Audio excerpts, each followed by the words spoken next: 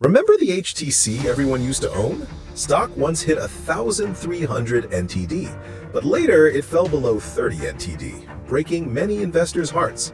But recently, HTC seems to be stirring. Stock surged from 40 to nearly 75 NTD, up almost 80%. How did HTC fall from its peak? Can it use the current AI craze to reclaim its former glory? Today, let's talk about HTC's story.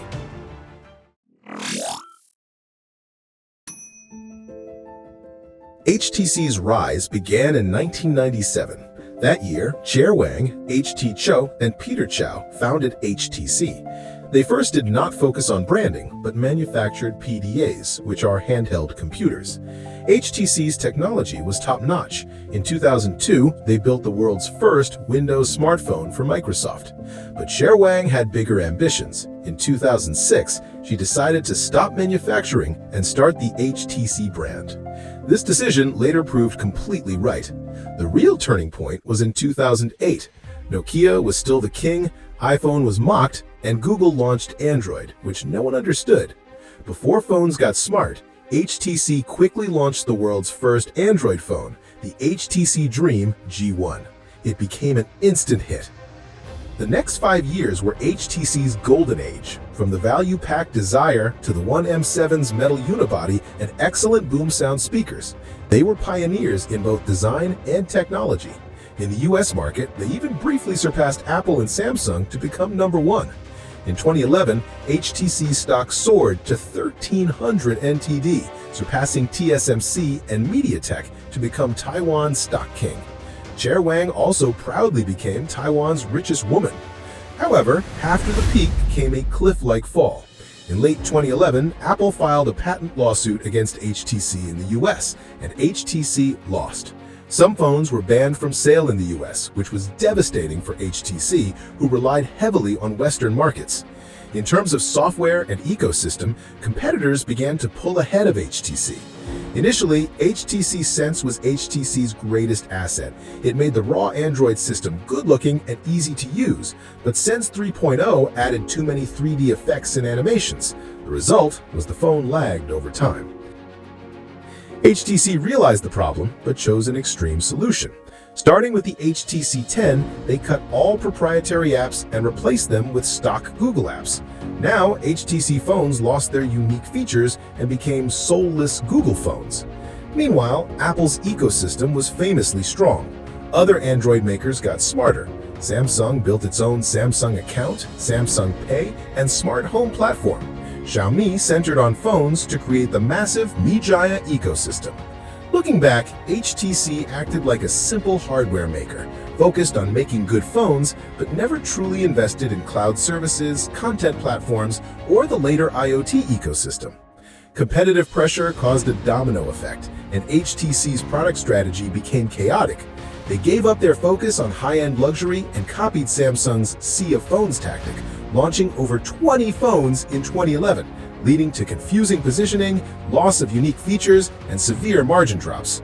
Worse, HTC spent heavily on Robert Downey Jr. for endorsements in 2013, but sales did not follow. The huge marketing expense became the final straw. HTC's market share plummeted within a couple of years. The US and European markets collapsed, and the brand was totally destroyed in China and Taiwan after Chair Wang called HTC a Chinese brand. The final outcome had little suspense. In 2017, HTC sold its Pixel phone team to Google for $1.1 billion, formally declaring the end of HTC's smartphone era. Seeing the mobile market get tougher, HTC decided to transform. They bet on VR, a seemingly futuristic field. At the time, Oculus became an instant hit on a fundraising platform, making everyone look at VR again.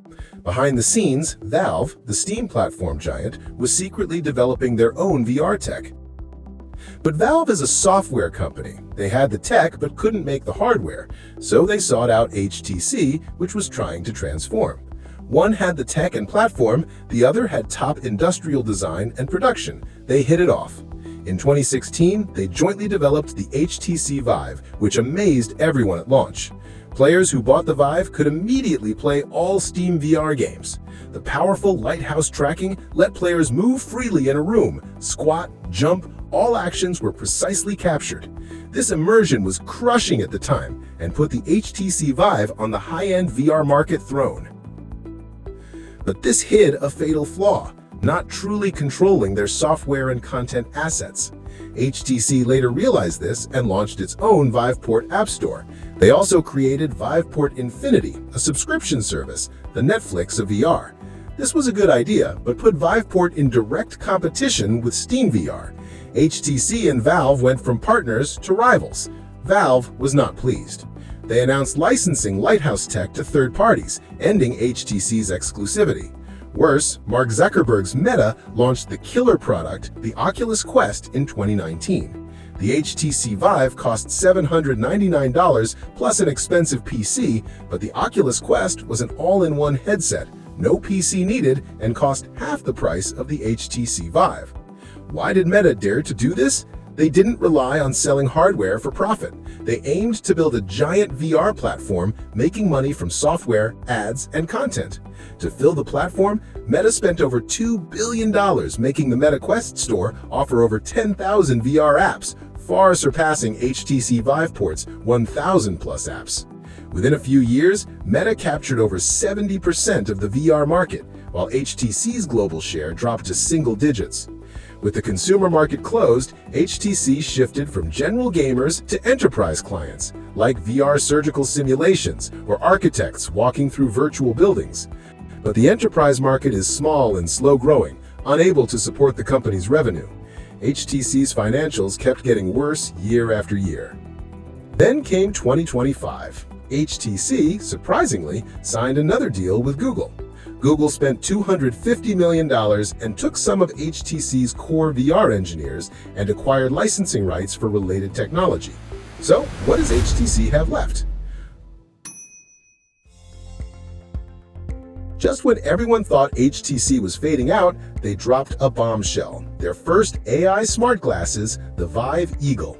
The news sent HTC stock soaring with 4 consecutive limit up days. The market is buzzing. Is the former king really making a comeback? I must say, HTC learned its lesson this time. They know the first step to avoid the VR failure is to make the glasses blend into daily life. The Vive Eagle design is aimed at being a fashionable accessory. Weighing only 49 grams, it's fine to wear them outside as sunglasses. More thoughtful, they solved the charging pain point with magnetic fast charging, letting you charge while using. The latest AI assistant feature is included. Say, "Hey Vive," and it can take photos, record video, translate menus, or search for info. Its biggest strength is communicating with you in natural Taiwanese Mandarin Chinese. The tone is very natural. It won't give you strange translation answers. No wonder the market is so excited. Although Vive Eagle created buzz, it's not guaranteed smooth sailing. Let's look at the current leader, Meta. Ray-Ban Meta is not just hardware, it's an extension of Meta's vast social ecosystem. It lets users instantly share photos, videos, or even stream live on social media with a first-person view. The entire experience is seamless. More importantly, Meta has the Quest Store, the most mature consumer XR ecosystem. In contrast, Vive Eagle's functions rely mainly on a few in-house apps like photo taking, real-time translation, and answering calls. This creates an awkward situation. These functions highly overlap with smartphones. They're not essential killer apps exclusive to smart glasses. HTC is well aware of this problem. They're actively talking to third-party developers to bring in more apps. Next is the price, 15,600 NTD. This price is not cheap. Its main rival, Ray-Ban Meta, sells for only $299 abroad, which is less than 10,000 NTD. With HTC's brand luster faded, convincing consumers at nearly double the price is extremely difficult. Plus, the smart glasses field is already crowded. Meta's Ray-Ban Meta glasses sold over 2 million units with a market share of over 70%, while Xiaomi quickly grabbed share with high value. Not to mention Google and Apple, who could enter any time. Looking back at HTC, they always catch the latest tech trends. From Android, VR, to AI, their response is fast. But their old problems remain. They're great at hardware, but software, ecosystem, and market strategy always lag behind. The most pressing issue is money and talent. Long-term losses and selling core business multiple times while making financials look better short-term inevitably causes talent loss, weakening their R&D and innovation capability. The AI sector is precisely the battlefield that needs the most spending and talent acquisition. Do you think HTC's comeback is a bounce back from the bottom or the final fireworks? Share your thoughts.